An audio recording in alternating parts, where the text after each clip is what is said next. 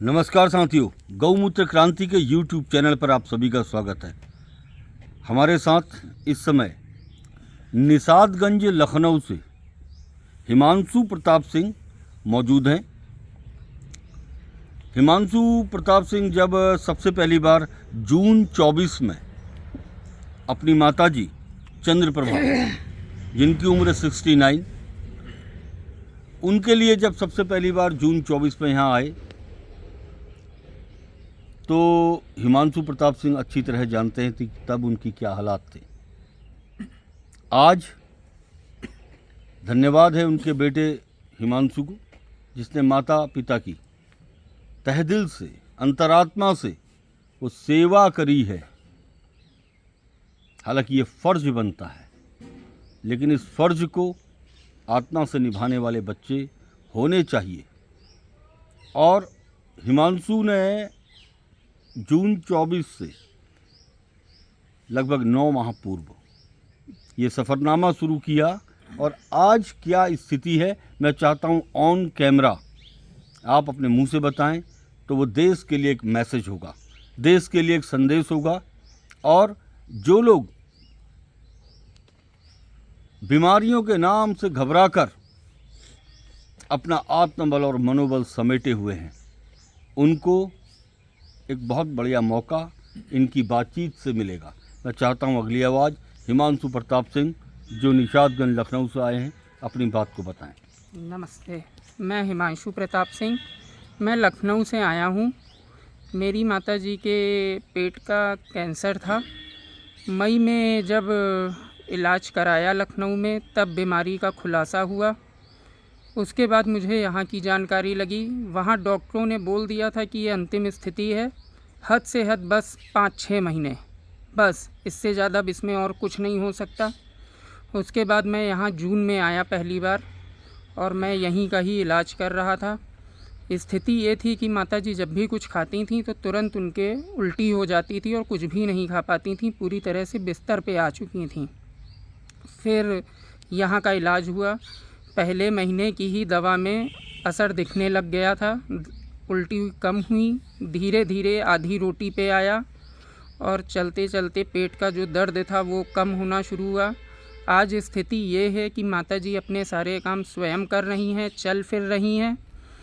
जो रोटी एक भी नहीं, आधी भी नहीं खा पाती थी, वो आधी आई, एक आई, अब वो 1 से 1.5 तक हो गई है, कभी कभी 2 भी हो जाती है।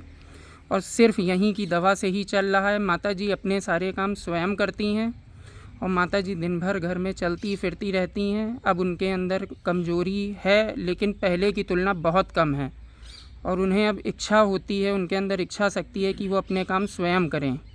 और उनके अंदर अब जो भूख नहीं लगती थी, वो भूख भी लगती है। जहाँ पूरी तरह से खाना छूट चुका था, वो पूरा ये मानिए कि 1 रोटी, 1.5 रोटी, और कभी कभी 2 रोटी तक पे भी आ चुका है। और मैं सिर्फ़ और सिर्फ यहीं की दवा कर रहा हूँ जून से, और मैं और कोई दवा नहीं कर रहा हूँ। यहाँ से मुझे बहुत बहुत फ़ायदा है। मैं आभारी हूँ। मैं आपसे जानना चाहूँगा हिमांशु कि जब उस समय तुम आए थे, तब से अब में उनके बॉडी लैंग्वेज में, उनके फेस में क्या बदलाव आया होगा, और घर का माहौल तब कैसा था, और घर उस का समय माहौल पूरी आज तरह कैसा से बिस्तर पे आ चुकी थी, क्योंकि कुछ खा पी नहीं पा रही थी, तो दिन पर दिन कमज़ोर होती जा रही थी, पूरी तरह से बिस्तर पे थी। अब जब उसके बाद दवा चली, धीरे धीरे उसमें खुराक बढ़ी, डाइट बढ़ी, तो हुआ ये कि अब जो है वो अपने सारे काम स्वयं कर रही हैं। Very good. क्योंकि जब डाइट बढ़ी है तो शरीर के अंदर शक्ति आई है, और वो अपने काम स्वयं कर रही हैं। धीरे धीरे वो एक जो है पूर्व के जीवन की ओर, पूरी दिनचर्या की ओर लौट रही हैं। तो अब आप इस बात से संतुष्ट हैं, और आपको लगता है कि माता जी का जीवन शैली में और परिवार का जो माहौल था उसमें बदलाव आया है? बहुत महत्वपूर्ण बदलाव आए हैं, बहुत ही क्रांतिकारी बदलाव। क्योंकि इसके अलावा और कोई दवा नहीं चल रही है, सिर्फ यहीं की दवा चल रही है। इसके अलावा और कोई भी दवा नहीं चल रही है। जो भी क्रांतिकारी परिवर्तन हुए हैं वो यहीं की देन है। चलिए, बहुत बहुत शुभकामनाएं हैं हमारी कि हिमांशु माता जी को, आपकी माता जी स्वस्थ रहें, दीर्घायु रहें, और इस ज़मीन पर पौलगढ़ की इस धरती पर, गौमूत्र क्रांति पर, यहाँ जिसका भी पैर पड़े उसका पैर पड़ा हुआ, मैं हिमालय के योगियों से प्रार्थना करता हूँ कि उसका पैर पड़ा हुआ उत्तराखंड की इस धरती पर, जिस धरती पर देवी देवताओं का वास होता है, उनका पैर पड़ा हुआ कभी खाली न जाए। और ये इस पूरे कार्यक्रम के लिए हम हमेशा उत्तराखंड के देवी देवताओं को और हिमालय के संतों को धन्यवाद देते आए हैं, बगैर किसी दावा के, बगैर किसी वादा करे।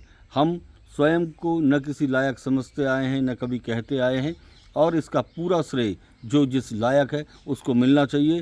हिमालय के योगियों को और उन संतों को इसका श्रेय मिलना चाहिए, और वही इसके असली हकदार हैं। मैं अपनी वाणी पर विराम देता हूँ। जय भारत, जय हिंद, जय उत्तराखंड।